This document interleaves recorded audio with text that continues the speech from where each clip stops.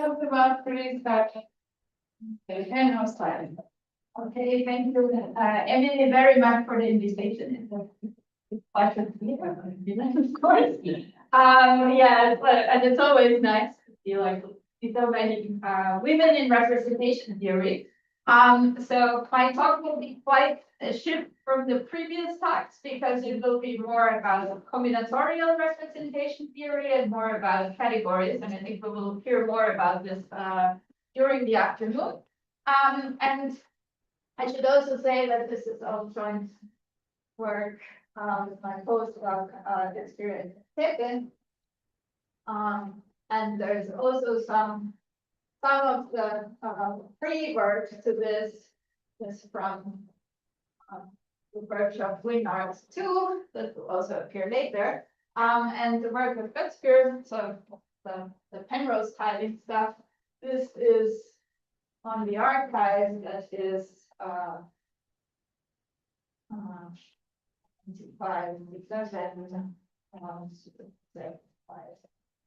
0, so there are some pictures there, but I probably won't run on the board. Okay, so what is this all about? So first I'll give you a little bit of motivation for what we are trying to do, namely Frieze patterns for infinite Grassmannians. And then I'll show you how to get Frieze patterns.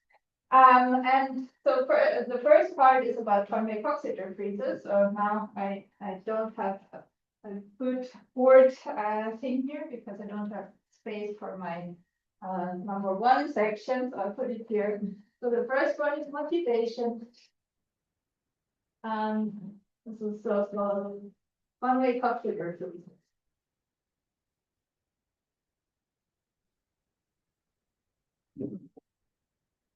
So, is there anybody who hasn't seen convex-Coxeter?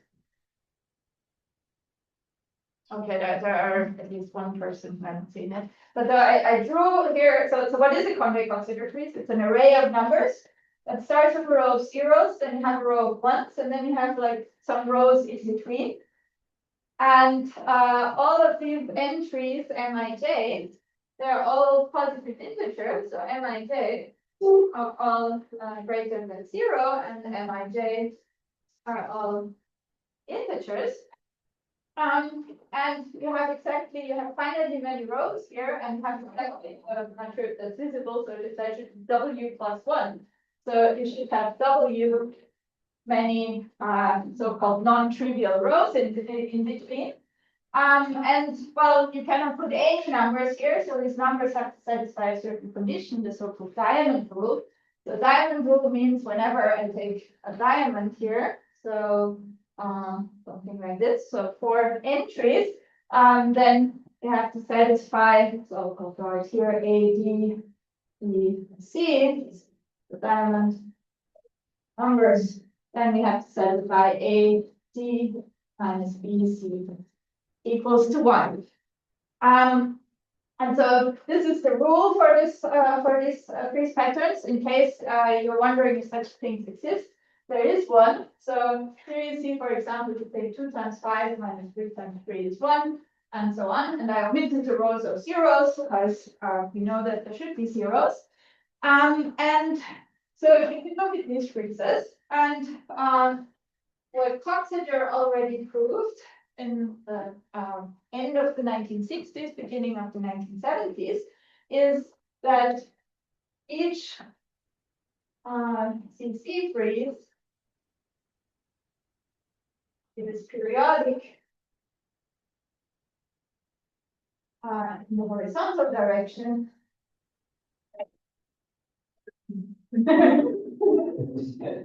Okay. And you can immediately say what the period is. The period is n, which is W plus 3. So here we have our period is free, and so we should have the period, our width is free, so we should have a period of 6. So this is even more periodic, but these 6. Then what we also have is the glide symmetry. So we have here, maybe let me get this, so we have triangles, and then, well, you just take this triangle, turn it upside down, and shift it, and you will get the whole frieze. So that is the line symmetry. Then one thing, once you have the first non-trivial row, so this row here, so the first row, first non-trivial row determines the frieze. So once you have that row, you can just compute all the other entries.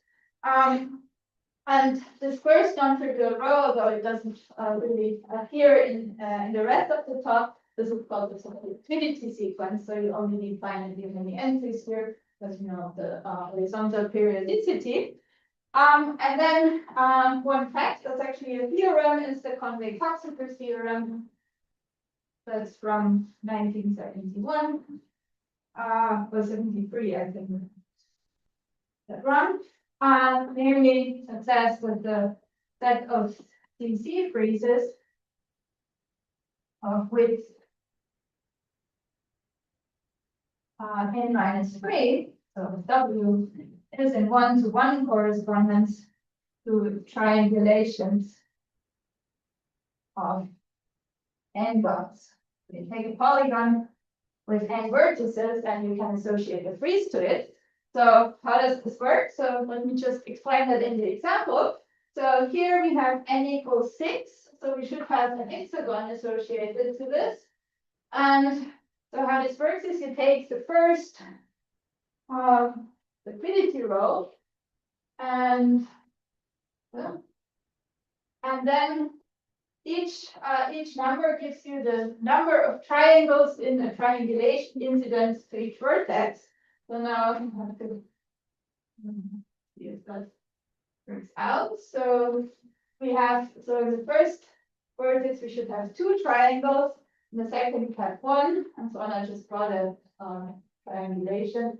So here we have 2 triangles incident against of the 2. Here we have 1 triangle incident against the 1, 3, 2, 1, 3, and that is the first row of the frieze. And so you have this bijection. And so this is what has been done in the 1970s, which is really nice, but somehow people thought this was more like a game and not really useful for anything. So nobody worked on this for a long time. But then at the beginning of the 2000s, cluster algebra came along, and then somehow it's got rediscovered. Namely, you can also see that in entries, you can somehow associate the entries of the frieze to entries, elements in the cluster algebra. So further have that the entries in the frieze correspond 1-to-1 to cluster variables of cluster algebra. So an minus 3. And so yeah, I'm not defining what a cluster algebra is, but let me maybe say, like in the example, at least explain how that works. So basically, whenever in the frieze you have a 1, you just put a variable.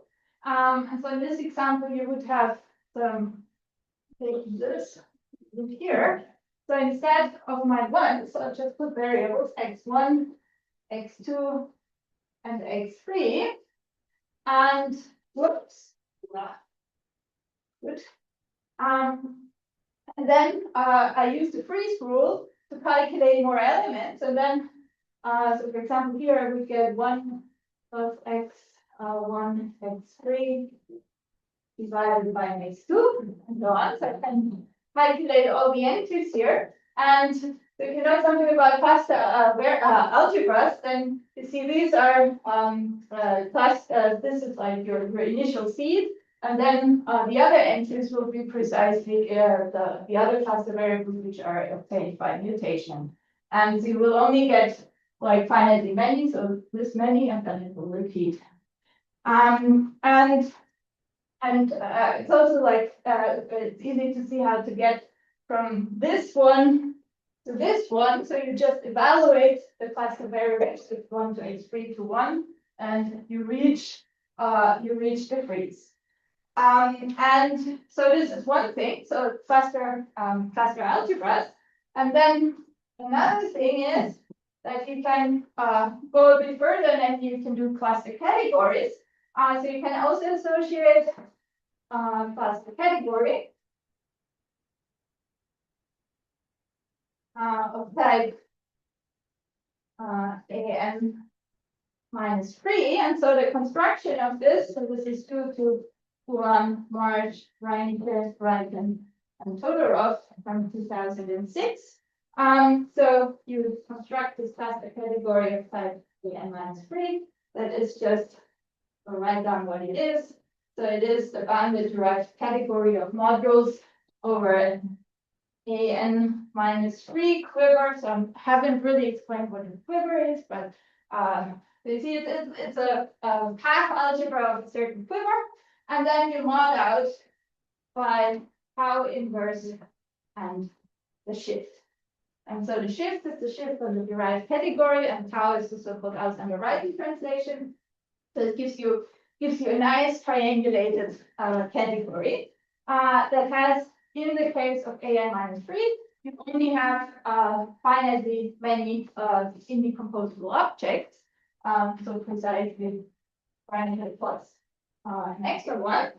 And so this is the first categorification, but you can even do another categorification. So this one here is the triangulated version. And then, so maybe this one here is triangulated. And you can do another categorification, which we will be using, namely the so-called Grassmannian cluster category. So this is now C2N. So this is due to Jensen, King, and Su. So I'm just using that here.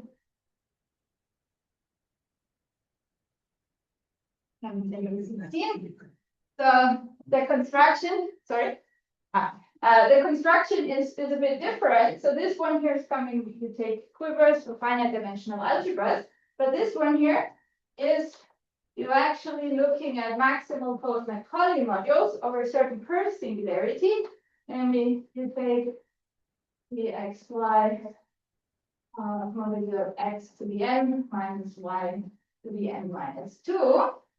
So, and you need some equivariant modules here. So this is coming a little later. I'll explain more about this, but basically you start with an an plus 1 singularity, so the curve, and then you have a un action on this, so the usual action, and then you're looking at maximal Cohen-Macaulay modules over this ring, so un equivariant maximal Cohen-Macaulay modules. So I'm also not explaining what maximal Cohen-Macaulay modules is, but this is some homological condition. And so what the difference between the two is, so this one here is the triangulated version, and this one here gives you a Frobenius categorification. Well, in other words, you also have projective, ejective object corresponds in the Frieze. And in order that a bit much, so I wrote the table, which I always steal from Gordana. So here is like the dictionary between all the things I told you about. So we have on one side we have the triangulation. So we said already that Friezes are in 1-to-1 corresponding to triangulations. So this is this part. Then we have the cluster algebra. So we have elements of the cluster algebra. And so yeah, this is like AN minus pre-cluster algebra, and this one here is this Grassmannian cluster algebra type 2n. So this is 2. Say that 2006. And then the cluster category is either the finite module category or the C2n. Then for the next line, I'll switch on this side. I'll switch to the C2n here. C2n there. So we have in the end block, we have all the arcs. So arcs, by arcs I mean I have here a vertex I and a vertex j, and so I can just look at the arc connecting I and j. So I have those. They correspond to the entries in the frieze. So we have the glide symmetry, but the module of the glide symmetry get all the entries in the frieze. Then in the cluster algebra, these are just cluster variables. And then on the cluster category side, this corresponds to rigid rank 1 modules. And so here, so yeah, this is like using here this one. So this is the coordinate ring, the homogeneous coordinate ring of the Grassmannian GR2n. And so the cluster variables are exactly the Plücker coordinates. Yeah, that's probably better. Yeah. So in this case, the cluster variables are precisely the Plücker coordinates, and the Plücker relations are precisely the exchange relations in the cluster algebra. And here we have the modules. And then in the combinatorial side, we have the triangulation. So this is we choose a maximal set of non-crossing diagonals, and in the cluster algebra in the frieze side, that corresponds to a maximal collection of ones in the frieze. So you see the triangulation. So if you draw like what arcs these are, so this is the arc 1, 3, is to here the 1, and so on. So the ones in the frieze correspond to the inner triangles, and the ones on the boundary are precisely the boundary edges. So all the ones, so the frozen variables. And then yeah, so this is the same thing. So these are the non-crossing coordinates.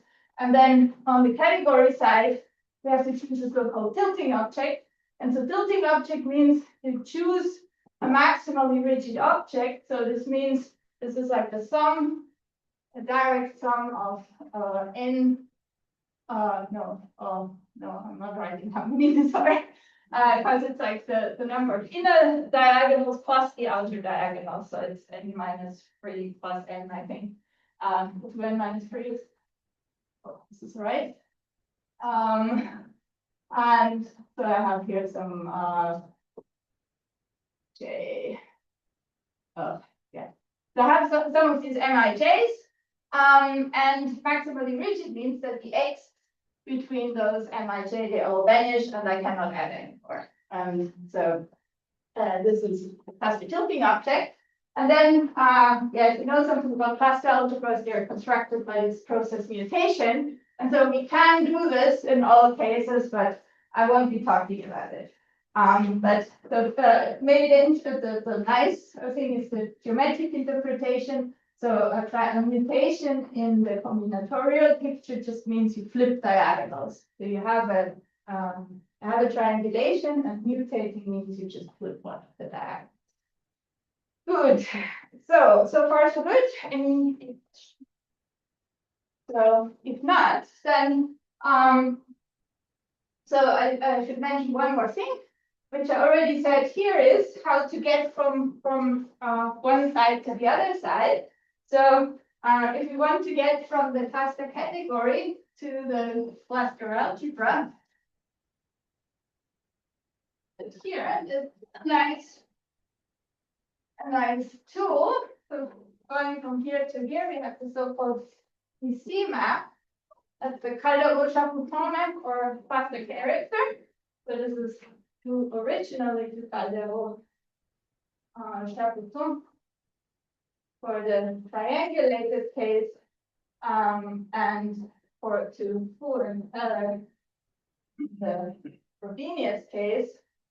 I think it's 2011. I'm not quite sure about this. So we have this map. So what does this do? This basically takes a module and sends it to a cluster variable.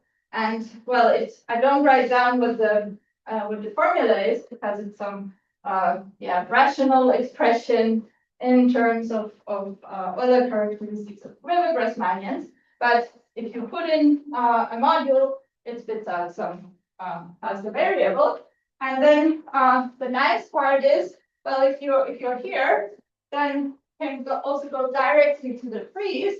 Namely, you can just take the CC map and then evaluate your cluster tilting optic to 1. So evaluate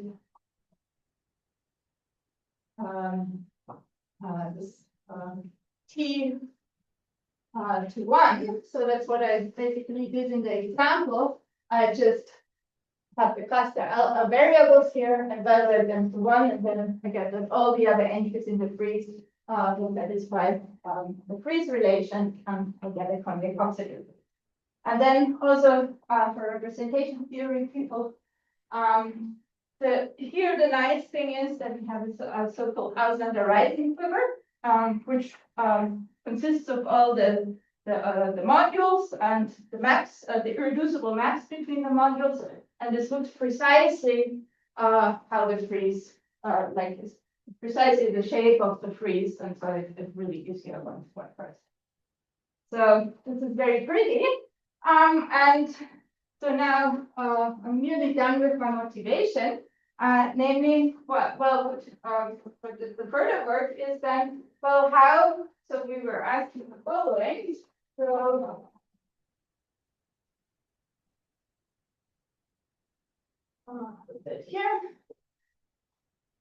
Oops.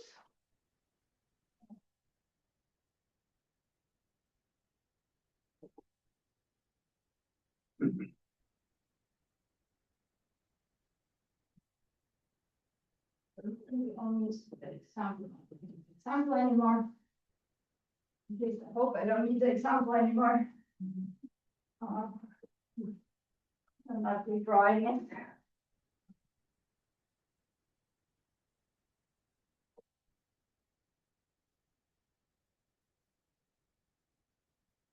So the question, oops, wrong color.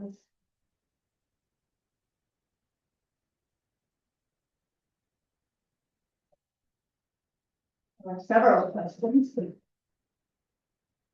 But you can generalize this in many, many ways. So, for example, you could look at other types of fibers, or like other Coxeter types, or other Grassmannian types. It looks like, oh, can we still get Friezes? Can we get cluster categories?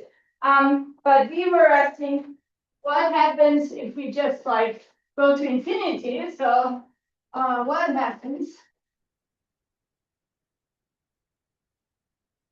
if n goes to infinity? So basically, you're looking at higher n-gons, and if you let n go to infinity, at some point you will reach the infinity gon. So somehow can we still look at triangulations of an infinity gon? Is there a sensible cluster algebra? Is there a sensible categorification? So namely, this means relations of the infinity gon. Then is there some GR to infinity, and also the C to infinity, so the Grassmannian cluster category, and then finally infinite Friezes. And so the first two have already been answered. So this is kind of done by several people besides here, Faber and Graz. The most also describes what the mutations here are. Then this infinite Grassmannian, this was done by Graz and Grabowski. And then the C to infinity, this is like what I'll tell you a little later on the 392 work. Say more about this. And then the infinite Friezes, this is now the joint work with Frieze. Okay, so now we are halfway through roughly. Okay. So I'm getting part two, namely this is on the infinity DOM and to infinity, so the infinite cluster category. So yeah, I should say like a lot of people have looked at an infinite categorical version of the like C of the AN quiver, like A infinity quiver. And so some people related work. I'll just cite a few people. Don't forget anybody important. So there's, I think the first one was Paul and Jorgensen. They were looking at A infinity category, and they had some construction with some derived construction. Then there is Paquet Gilderman would do 2020 would do a triangulated version. So they do triangulated, and this is based on work of Igusa and Todorov. Continuous cluster categories. So this is triangulated. And then there's also an X-triangulated version that is more recent, that is Janakci by Presland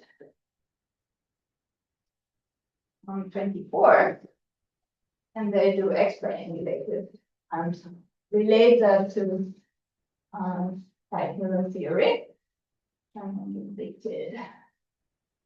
there's various versions, and I will tell you about Frobenius categorification. So Frobenius.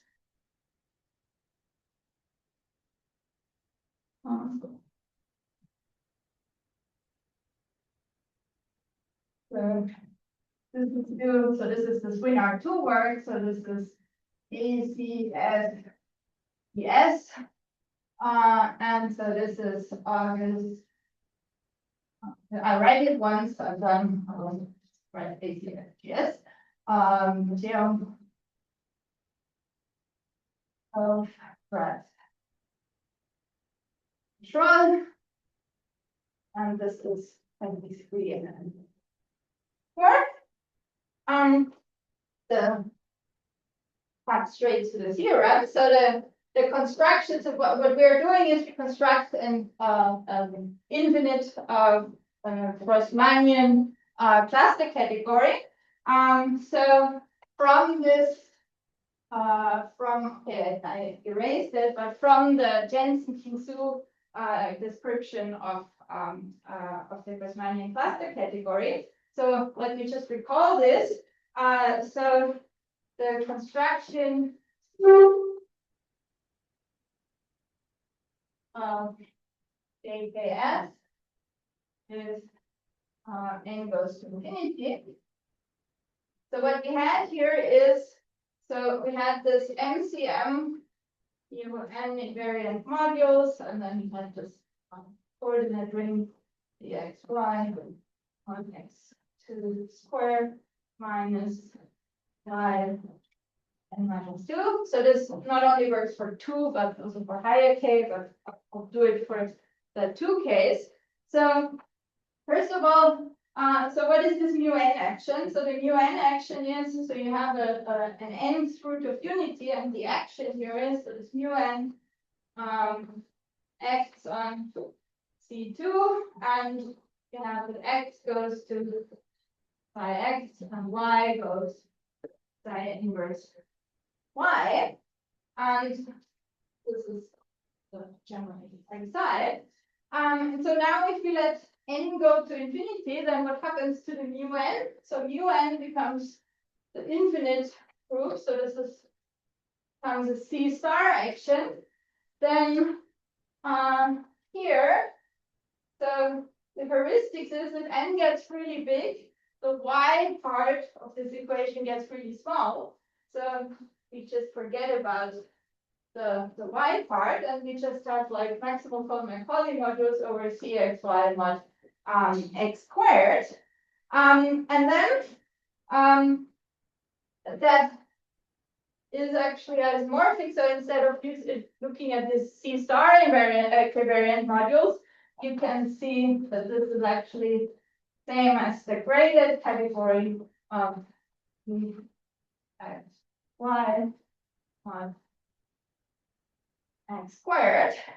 And so here, the important thing is now we have a Z grading, and so the Z grading is the degree of x is 1, and the degree of y is -1. And so we call this thing here, so this here is now the C to infinity. So should give us a categorification. That makes my circle algebra. So let me just say this ring, although we kind of so you have some idea about singularities. So this here is a nice curved singularity which has an isolated point at the origin. And when you get rid of the y, then the spec of this thing is just like double line. So it's non-reduced, but it's what's called an A infinity singularity. So a priori this ring is worse, but somehow we got rid of this mu n action and now have only a Z grading, which is much nicer. And so we're just looking at maximal Coleman-Macaulay modules over a commutative ring, and some commutative algebras really. I'm always happy if the commutative rings appear. So we look at maximal Coleman-Macaulay modules over this A infinity singularity. And can I ask a question? Yes. Is there a way to get directly that category from the other categories through some categorical construction, or it's not known? Not clear. Yeah.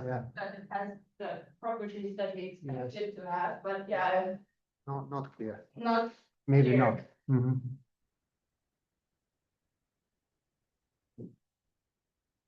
So now,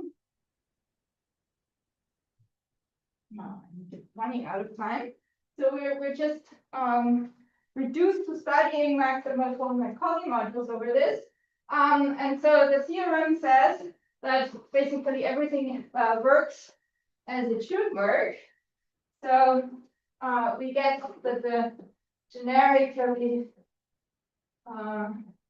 free rank 1 modules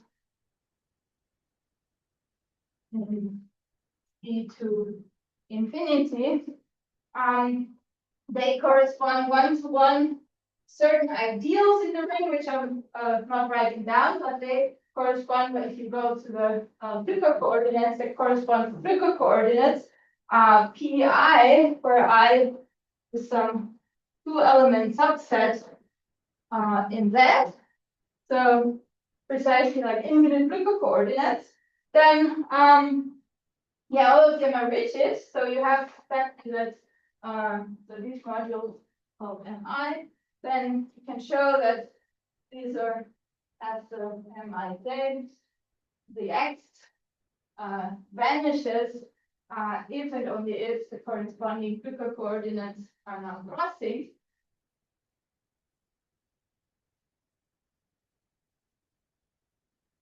And then you can also show, so here is generically free rank 1 modules. This means, so these are also, some people call them locally free on the function spectrum, which means basically you take the module, tensor it with a localization, and it becomes a free module. So this is a nice subcategory. So this is the subcategory MCM0 of this ring here. Yeah, x squared. This is daily two-column Yao, so it has exactly the properties that you want. And then also these generically free range. So you also get a combinatorial model. So the combinatorial model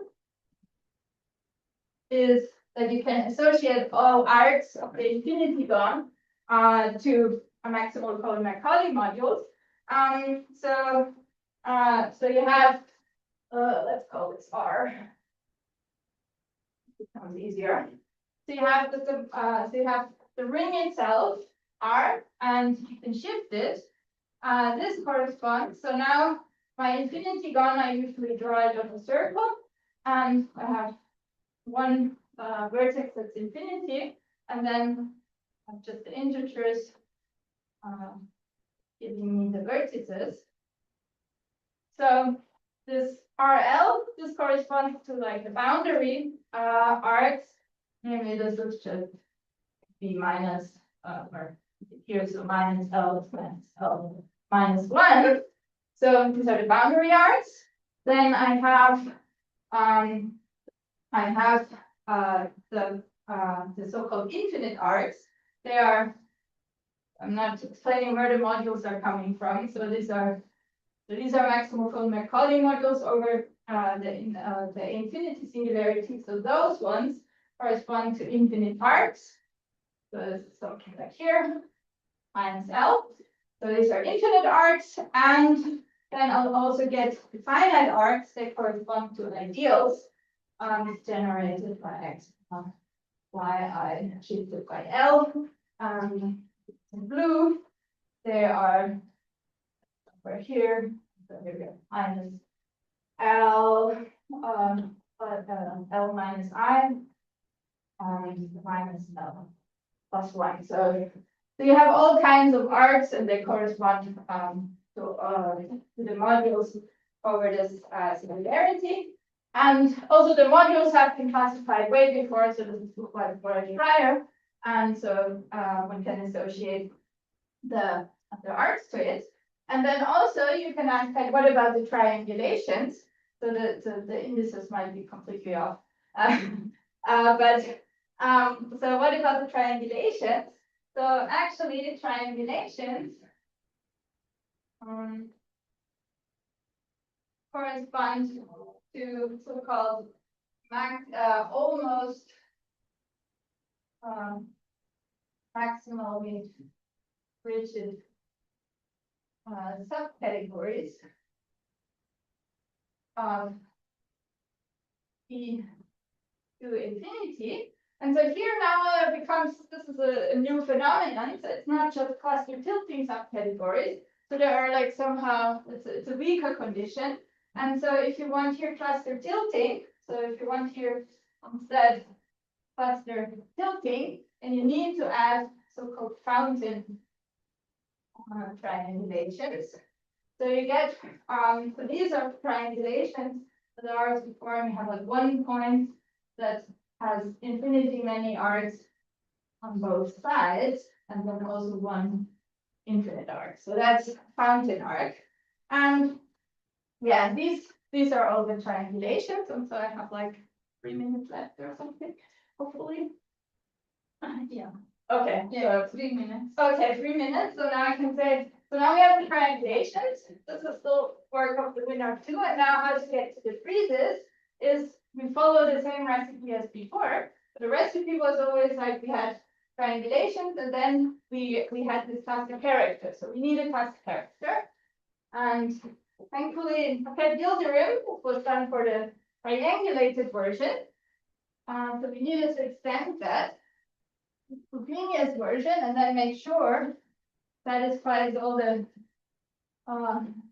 like the infinite part somehow doesn't interfere with the rest. Those are nice.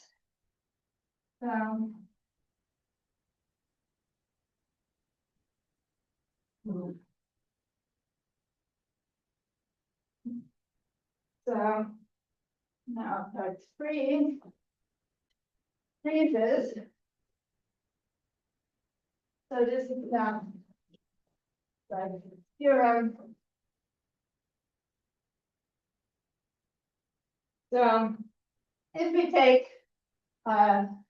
cluster tilting subcategory,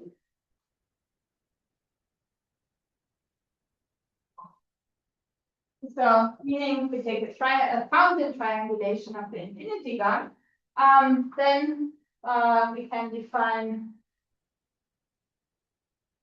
a cluster character schema by S from C to infinity to the coordinate ring of the infinite Grassmannian. So it's AB plus minus, and then after the arcs A, B are in S. So this is like the coordinate ring modulo some relations. And then, so you have the CC map, and then the specialization that we specialize each XAB to 1 for AB in S is infinite non-periodic so-called fountain trees.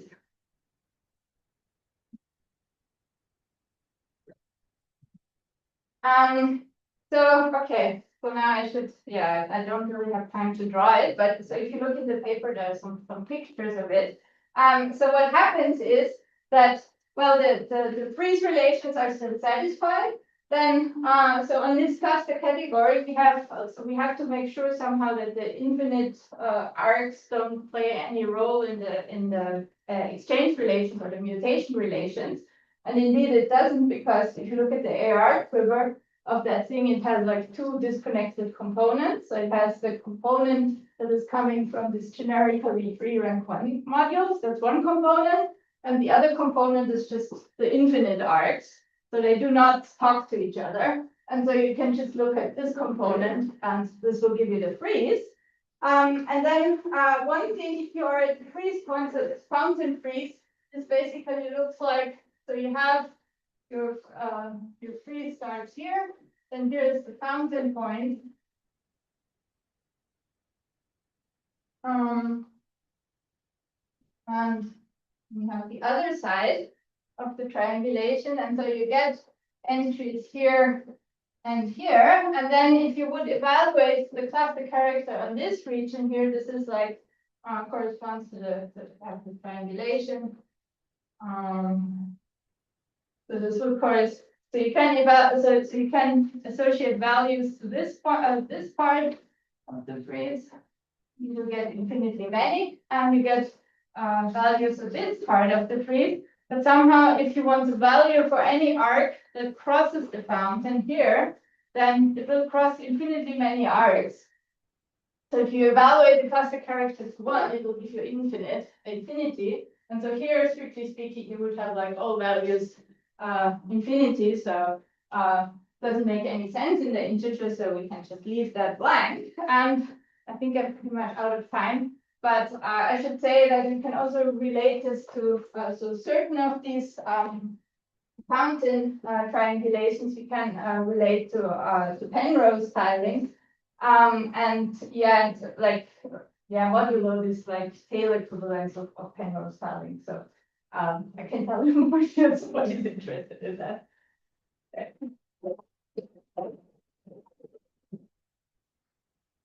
Thank you very much, Eleanor. Are there questions for Eleanor? Can you tell us about Penrose tiling and how you're related? So like non-periodic tilings of the plane. And so what I mean, it's so what we can say here is what is known about this Penrose tilings modular isometry. They are in one-to-one correspondence to sequences of zeros and ones. So you have any sequence of zeros and ones with no consecutive ones. So, and then here you have modulo so-called tail equivalence.